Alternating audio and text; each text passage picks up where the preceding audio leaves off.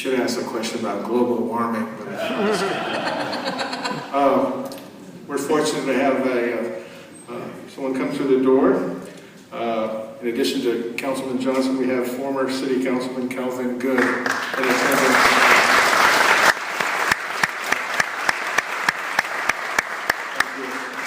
And then we're going to go to Sergio. I think you've got a good question, right, regarding education from the audience? Yes. This is a long question, so pay attention, please, if I can handle it. The Roosevelt School District is on the verge of having to lay off maintenance and facilities employees due to declining student enrollment. If you're elected, what will you do to restore the community's faith and support in public schools?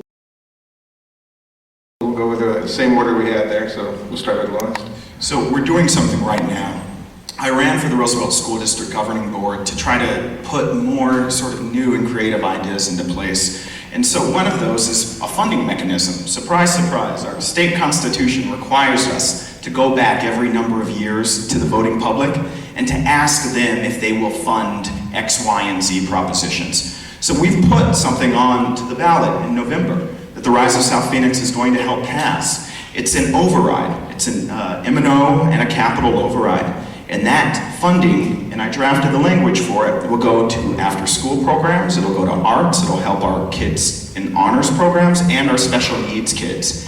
What that will do, and our hope is that it will free up money to spend elsewhere in the budget to re-up those maintenance workers who are so critical actually for this district.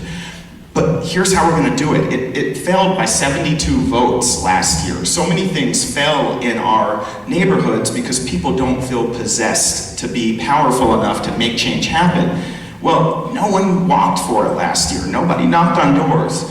Our team of primarily high school students are knocking on doors every day to talk about the fact that, yeah, they're supporting me for council, but it's because I support the funding that will provide them the opportunity to get the jobs of tomorrow. But here's the other thing we can do.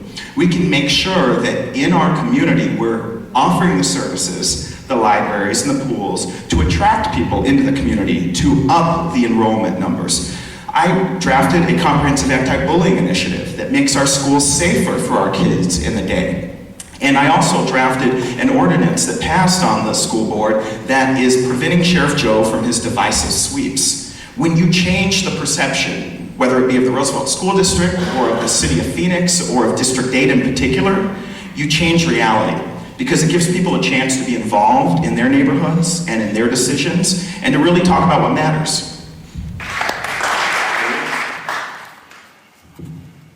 So how do we return the confidence into the school district and the public school system? I think we have to look inwardly. We have to look at the truth. Why are people leaving the school district? Why are people leaving the public school system? As was mentioned before, there's tons of charter schools in South Phoenix. There's a lot of them. And some of them are very, very good. And we have to be at least honest enough to recognize that some of these charter schools are offering a better education than what is offered in Roosevelt School District. I mean, there's no other reason to explain why people would leave a school. Because they believe that they're getting a better education at a different school. And those people that take their kids out of the school district are doing so usually at their own cost. It costs them to send their children there, either through money, time, effort. So what we really have to do as a community is look inwardly and see what is it about the curriculum.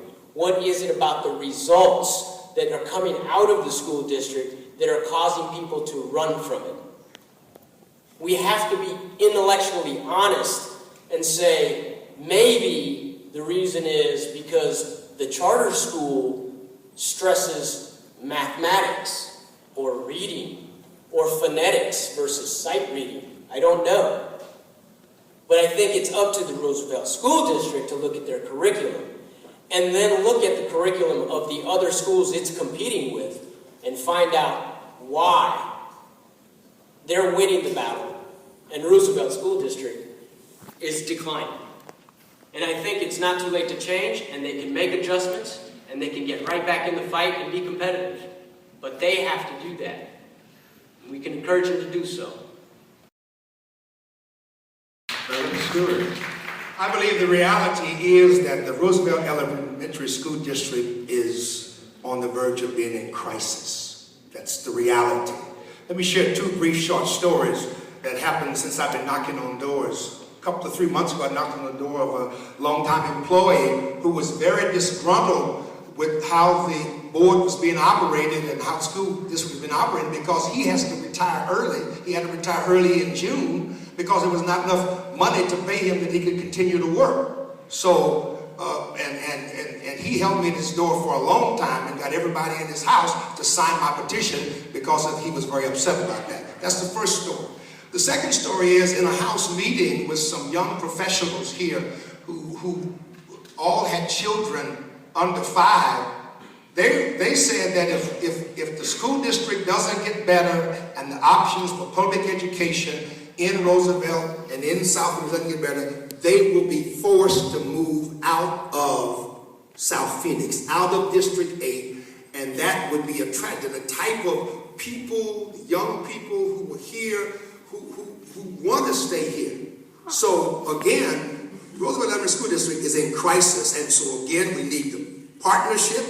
We need to do an analysis, but we almost need to call in emergency forces to straighten the situation out. Thank you. Yeah, Roosevelt School District been in trouble for many, many years because number one, they can't get along with each other. The board can't even get along.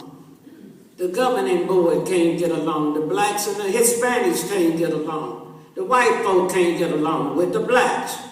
You know what I mean? So the kids, the whole damn thing is falling apart.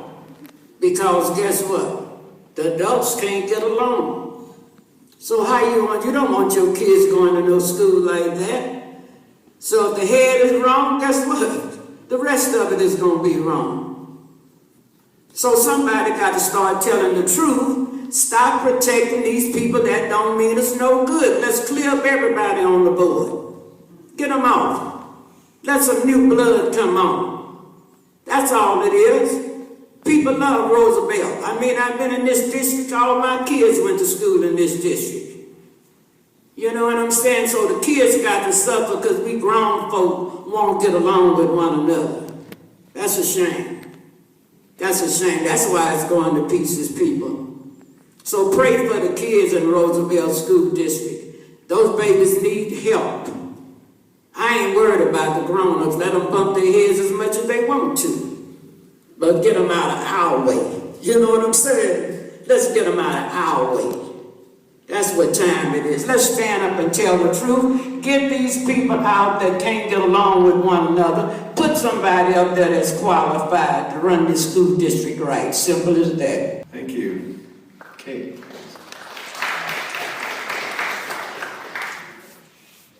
Again, I think we need to focus on what the City Council can actually do. I don't think we can launch takeovers of the Roosevelt School District. But we can look at what's been successful elsewhere. Mayor Stanton has a great partnership that he's initiated a pilot with the Ball School District. They have a dynamic superintendent, and they've gone out to Valley of the Sun United Way, to local businesses like SRP and APS, and brought in partnerships without using taxpayer resources to make sure that they're enriching the school's programming, getting kids out to see the arts, getting them exposed to real-life science happening, to get them excited about what they're learning about. The City of Phoenix has also stepped up and provided a bus, which is now providing meals to these students during the summer. So the city's looking creatively and saying, we have unused resources. Can we bring the community in? They've also instituted a community conversations where they bring in community leaders, parents, and have conversations about school-related problems and broader problems, including public safety in the community. So the school is really becoming a focal point. And the city's partnering with the school and looking for ways, can they keep school buildings open longer so that we get more resources out of those buildings, the schools maybe can get a little additional revenue, and people in the community have great places to come together and to build community. So the school district and the city are partnering to create a more vibrant, rich community. And that's the kind of thing we should be repeating throughout Phoenix. It's been a successful pilot, and I'd like to bring it to all the district schools within District 8, because all of those students deserve the increased access to business leaders, the mentors, the increased access to arts and the great resources we have, which we don't have enough of in certain areas of District 8. So let's look creatively and see what can the city actually do to be a great partner.